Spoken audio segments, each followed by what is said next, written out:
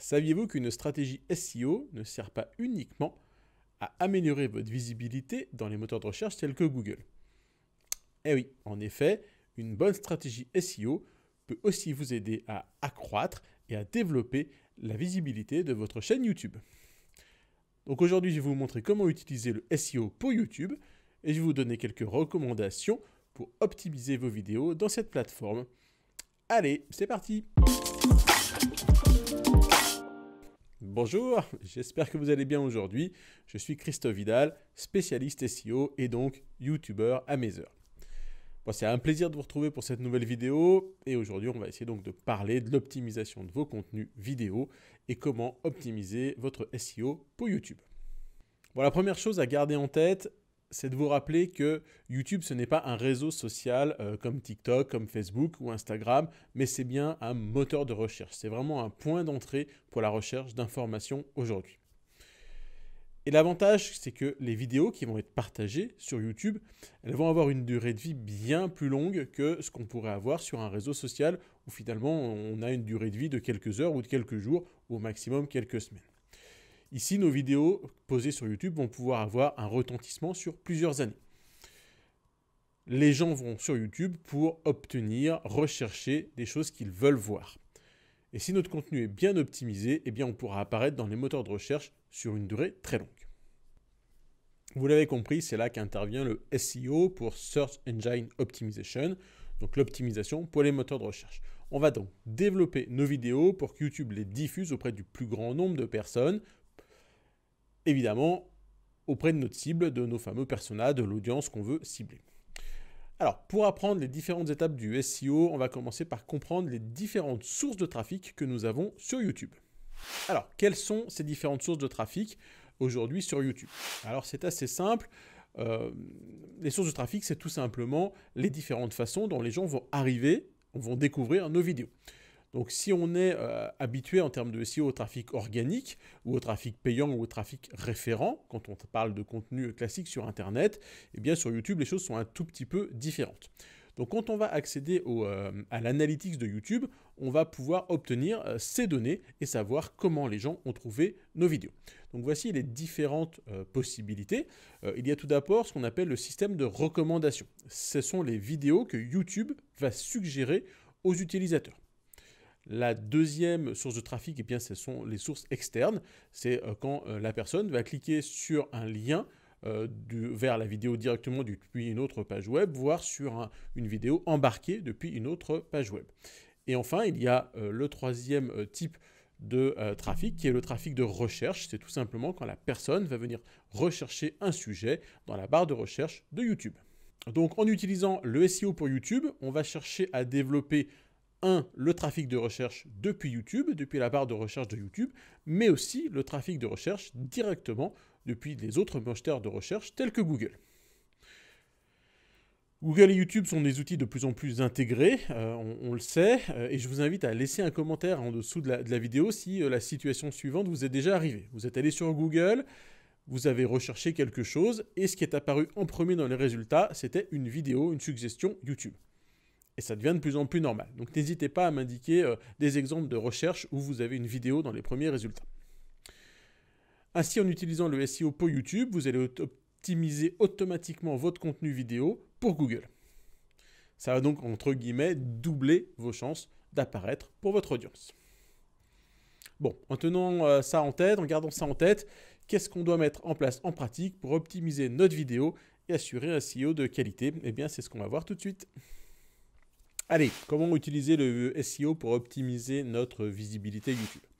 Bon, lorsqu'on publie une vidéo sur la plateforme YouTube, a priori, YouTube ne va pas interpréter l'ensemble du contenu de la vidéo. Alors, il va peut-être, en effet, à partir de la transcription qu'il peut en obtenir, vidéo vers texte, analyser les quelques premières secondes, mais il va surtout venir utiliser d'autres types d'informations pour comprendre de quoi parle cette vidéo. Analyser l'intégralité du contenu, ça serait bien trop lourd et bien trop cher pour les algorithmes de YouTube.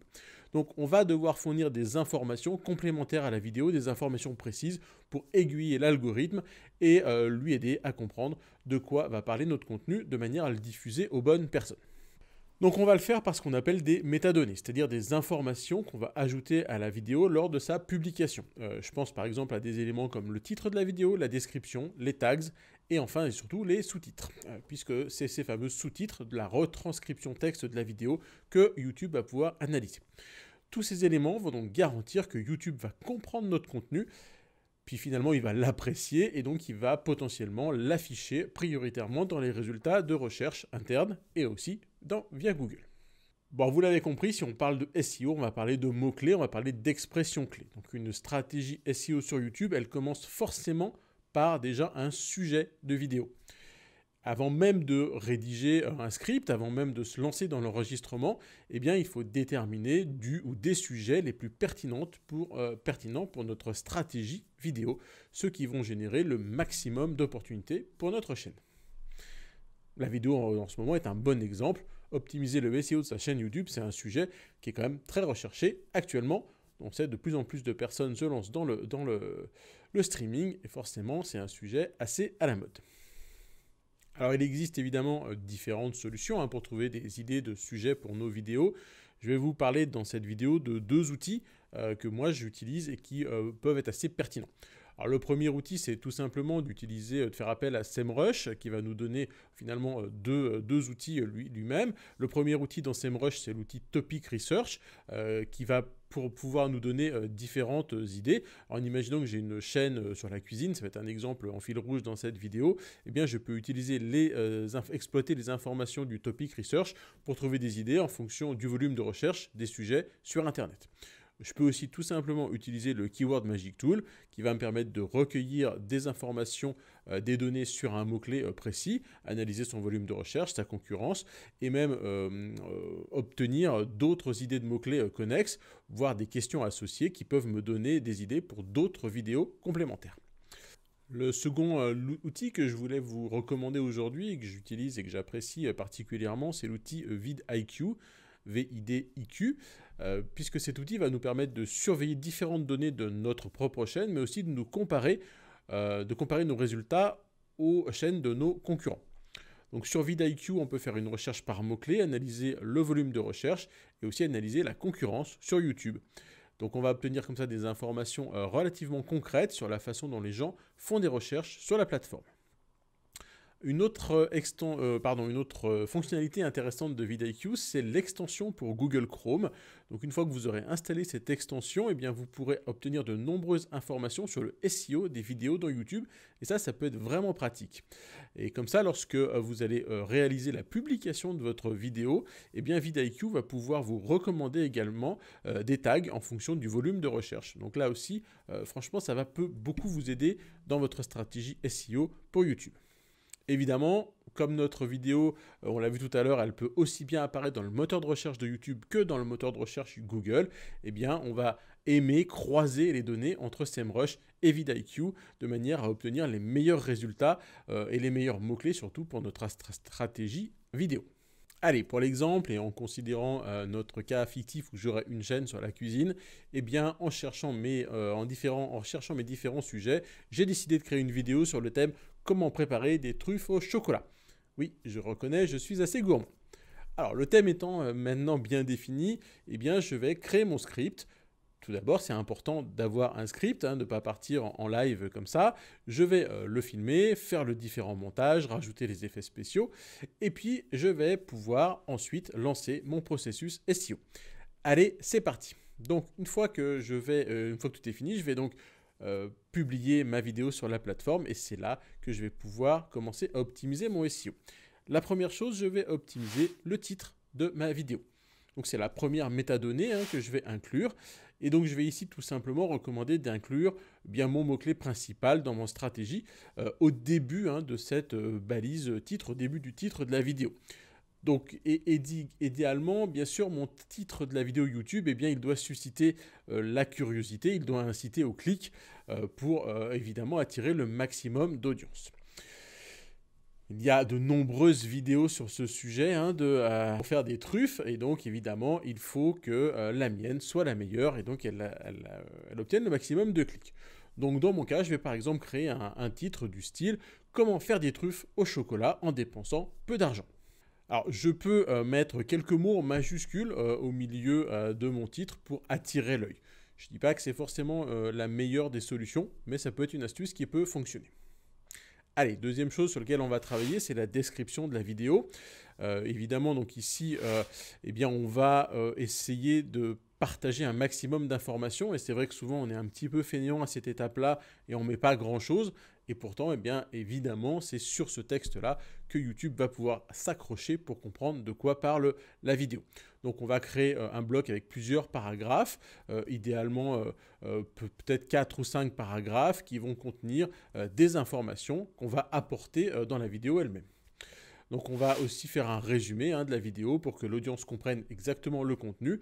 Et évidemment, on va intégrer, inclure les mots-clés, le mot-clé, l'expression clé dans le texte, de la même manière qu'on le ferait sur un texte de type blog. Par exemple, on va tout simplement appliquer les règles classiques du SEO.